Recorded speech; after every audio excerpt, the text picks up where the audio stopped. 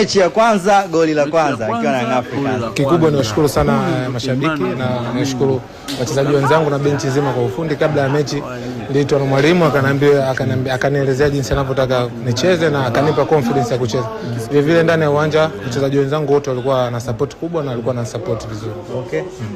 Ima, namba yako asili ambayo wewe unacheza ni namba ngapi? Kwa sababu tunashuhudia kuna wakati unacheza namba 10 mazoezini, kuna wakati unakuja nyuma, lakini leo umecheza striker na umewafurahisha wananchi.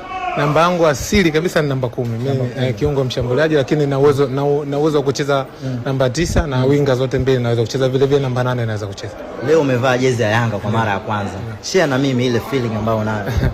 I was very proud, yani nilijisikia faraja sana, sababu kikubwa naamini ndoto ya kila mchezaji wa Kitanzania, hasa wadogo kama mimi, vivyo wadogo zaidi, wote ndoto zao ni siku moja kuja kucheza timu kubwa kwenye nchi yetu ambayo ni Young Africans.